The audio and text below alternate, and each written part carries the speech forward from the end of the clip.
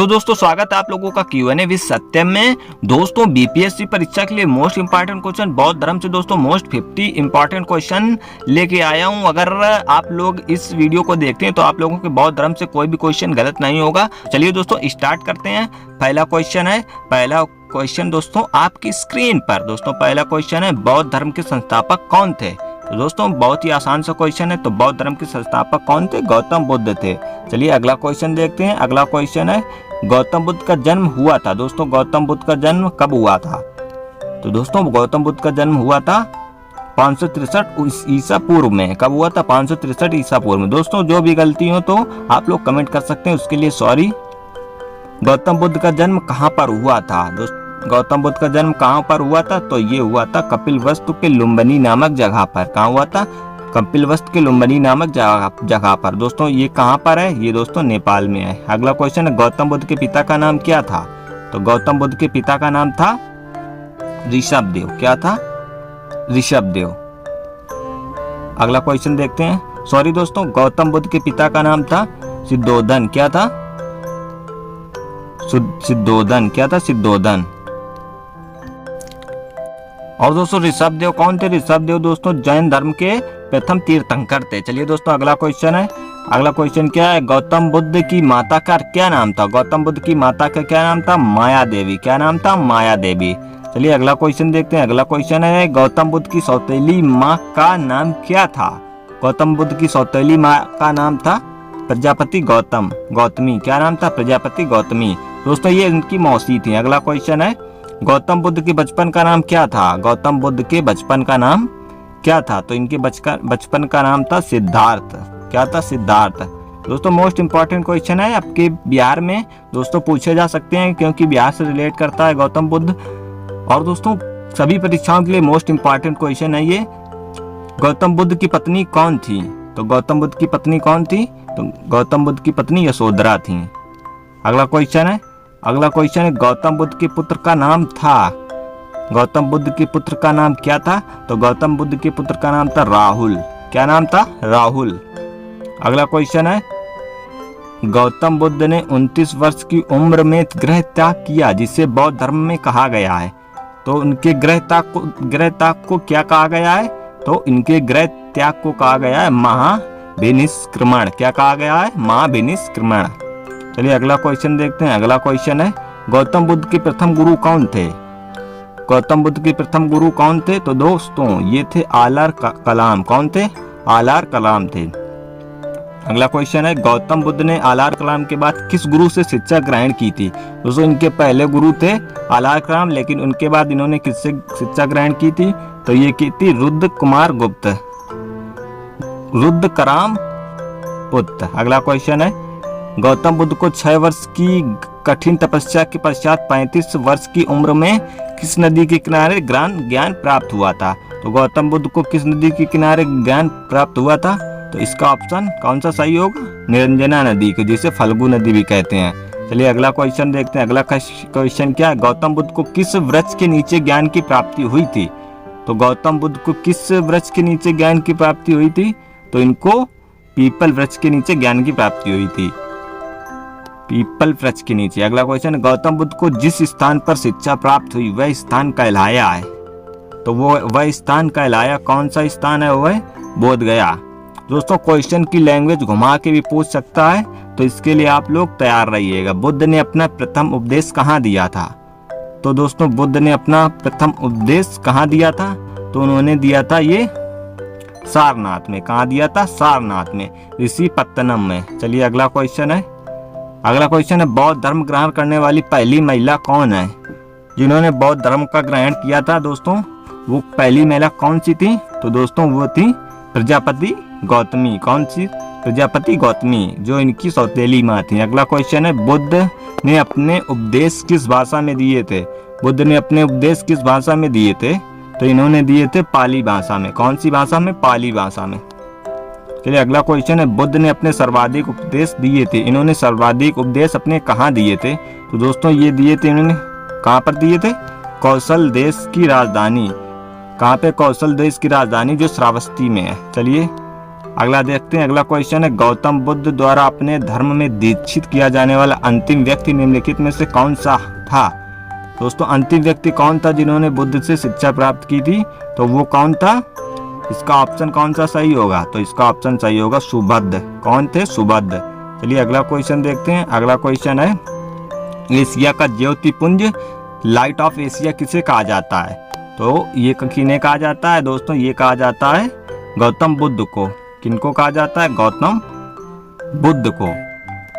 दोस्तों क्वेश्चन आपसे इसी प्रकार से पूछ सकता है, एशिया का ज्योतिपुंज कहा जाता है, या फिर आपसे पूछ सकता है लाइट ऑफ एशिया किसे कहा जाता है।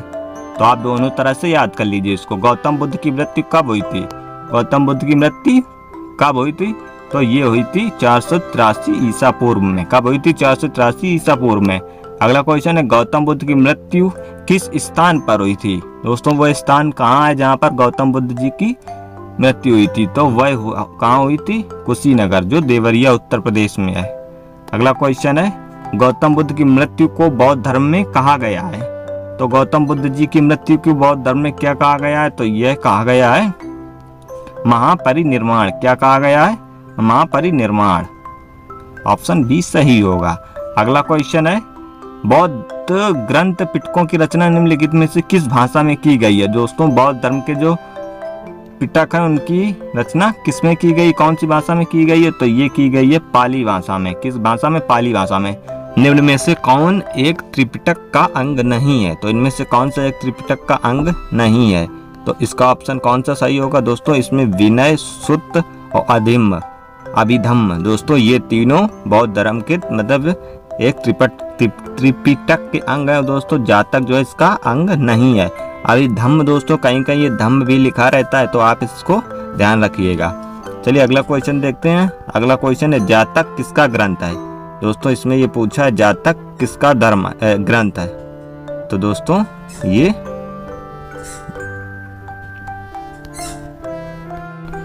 तो इसका ऑप्शन दोस्तों कौन सा ही होगा, ये दोस्तों बौद्ध धर्म का ग्रंथ है।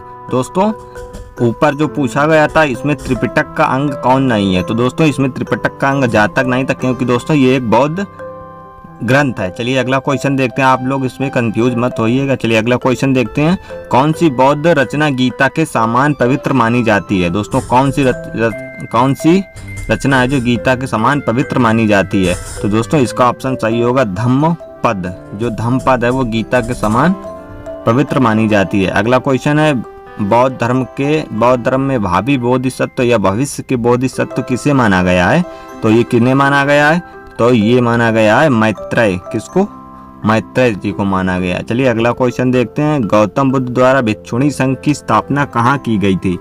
गौतम बुद्ध जी द्वारा कहाँ पर की गई थी, तो ये दोस्तों की गई थी भिक्षुणी संघ की वैशाली में। कहाँ पे की गई थी, वैशाली में। अगला क्वेश्चन है प्रथम बौद्ध संगीति हुई थी। दोस्तों प्रथम बौद्ध संगीति कहाँ हुई थी, दोस्तों ये हुई थी 400 मतलब कब हुई थी, ये हुई थी 483 ईसा पूर्व में। दोस्तों किसके काल में हुई थी, अजात शत्रु के काल में। इसके अध्यक्ष कौन थे, महाकश्यप। चलिए अगला क्वेश्चन है प्रथम बौद्ध संगीति कहाँ हुई थी।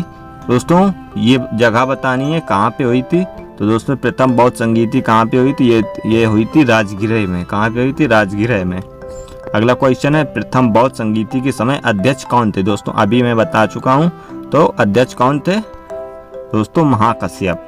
कौन थे, महाकश्यप। दोस्तों आप लोग जरूर कमेंट में बताना कि आपने लास्ट में कितने क्वेश्चन सही किए, और साथ साथ आप लोग कमेंट करते जाइए जो जो प्रश्न आपको आते जा रहे हैं। प्रथम बौद्ध संगीति किसके शासन काल में हुई थी, तो आप लोगों को बताना है प्रथम बौद्ध संगीति किसके शासन काल में हुई थी, तो ये हुई थी अजात शत्रु के शासन काल में। किसके शासन काल में, अजात शत्रु के शासन काल में। चलिए अगला क्वेश्चन है द्वितीय बौद्ध संगीति कब और कहाँ हुई, तो इसमें आप लोगों को बताना है द्वितीय बौद्ध संगीति कब हुई थी और कहाँ पर हुई थी, तो ये हुई थी 383 ईसा पूर्व वैशाली में हुई थी। कब हुई थी, वैशाली में हुई थी। चलिए अगला क्वेश्चन देखते हैं। अगला क्वेश्चन है द्वितीय बौद्ध संगीति के समय अध्यक्ष थे। द्वितीय बौद्ध संगीति के समय कौन अध्यक्ष थे, तो कौन अध्यक्ष थे, ये थे सबा कामी। कौन थे, सबा कामी। और दोस्तों द्वितीय बौद्ध संगीति किसके काल में हुई थी, दोस्तों ये हुई थी कालाशोक के काल में। कहाँ पे हुई थी? ये हुई थी वैशाली में। चलिए अगला क्वेश्चन देखते हैं। अगला क्वेश्चन है द्वितीय बौद्ध संगीति किसके शासन काल में हुई थी? दोस्तों अभी बताया, ये हुई थी कालाशोक के काल में। दोस्तों जरूर कमेंट करते जाना आप लोगों को कितने क्वेश्चन सही हो रहे हैं, और आप अपने आप को देख सकते हैं आप कितने क्वेश्चन सही कर पा रहे हैं। तृतीय बौद्ध संगीति कब और कहाँ हुई थी? अब आप लोगों को बताना है तृतीय बौद्ध संगीति कब और कहाँ हुई थी। दोस्तों बौद्ध संगीति बहुत ही मोस्ट इंपॉर्टेंट क्वेश्चन है ये आप लोगों के लिए बहुत ही जरूरी है, क्योंकि बहुत पूछी जाती है। तो तृतीय बौद्ध संगीति कहाँ हुई थी? 255 ईसा पूर्व पाटलिपुत्र में हुई थी। कहाँ पे हुई थी? पाटलिपुत्र में। अगला क्वेश्चन है तृतीय बौद्ध संगीति के समय अध्यक्ष कौन थे? तृतीय बौद्ध संगीति के समय अध्यक्ष कौन थे? तो ये अध्यक्ष थे मोगलीपुत्र तिस्स। कौन थे? मोगलीपुत्र तिस्स। दोस्तों पहली बौद्ध संगीति के थे महाकश्यप, दूसरी के सबाकामी और तीसरी के मोगलीपुत्र तिस्स। अगला क्वेश्चन है तृतीय बौद्ध संगीति किसके शासन काल में हुई थी? तो आप लोगों को बताना है तृतीय बौद्ध संगीति किसके शासन काल में हुई थी दोस्तों? तो ये हुई थी अशोक के, महान अशोक, सम्राट अशोक के काल में हुई थी तृतीय बौद्ध संगीति। अगला क्वेश्चन है चतुर्थ बौद्ध संगीति कब और कहाँ हुई थी? तो चतुर्थ बौद्ध संगीति कब और कहाँ हुई थी? तो ये हुई थी प्रथम शताब्दी कुंडलवन में। कब हुई थी? प्रथम शताब्दी कुंडलवन में। और कुंडलवन कहाँ है दोस्तों? ये कश्मीर में है। चलिए अगला क्वेश्चन है चतुर्थ बौद्ध संगीति के समय अध्यक्ष कौन थे? दोस्तों चतुर्थ बौद्ध संगीति के समय अध्यक्ष कौन थे? तो ये आप लोग बताना है। तो ये थे वसुमित्र अश्वघोष। कौन थे? वसुमित्र अश्वघोष। दोस्तों प्रथम के महाकश्यप, दूसरे के सबाकामी और तीसरी के मोगलीपुत्र और चतुर्थ के अश्वघोष। तो ये आप लोगों को मोस्ट इंपॉर्टेंट, ये जरूर याद रखना, ये क्वेश्चन जरूर पूछे जाते हैं। अगला क्वेश्चन है चतुर्थ बौद्ध संगीति किसके शासन काल में हुई थी? ये बताना किसके शासन काल में हुई थी? तो ये हुई थी कनिष्क के शासन काल में। किसके काल में हुई थी? कनिष्क के शासन काल में। अगला क्वेश्चन है बौद्ध संगीतियों के 4 आयोजक का सही क्रम। दोस्तों आप लोगों को बताना है सही क्रम क्या है, सबसे पहले कौन सी हुई थी और सबसे मतलब कि आयोजकों का क्रम जिन्होंने करवाया। तो सबसे पहले किसने करवाई थी? तो सबसे पहले करवाई थी अजातशत्रु में, फिर कालाशोक ने, उसके बाद अशोक ने, उसके बाद कनिष्क ने। तो इसका ऑप्शन कौन सा सही होगा? Option A. चलिए अगला क्वेश्चन है। अगला क्वेश्चन है राजगिरह और वैशाली और पाटलिपुत्र में निम्नलिखित में से कौन सी एक समानता है? तो ऑप्शन आपके पास दिए हैं, तो इनमें से कौन सी एक समानता है? तो इसका ऑप्शन कौन सा सही होगा? तो इसका ऑप्शन सही होगा ये वे स्थान है जहां बौद्ध संगीति हुई थी। तो इसका ऑप्शन पहला सही होगा। स्टारवादियों का पाली धर्म सूत्र वहां संकलित हुआ, ये नहीं है दोस्तों, इसका पहला ही ऑप्शन सही है।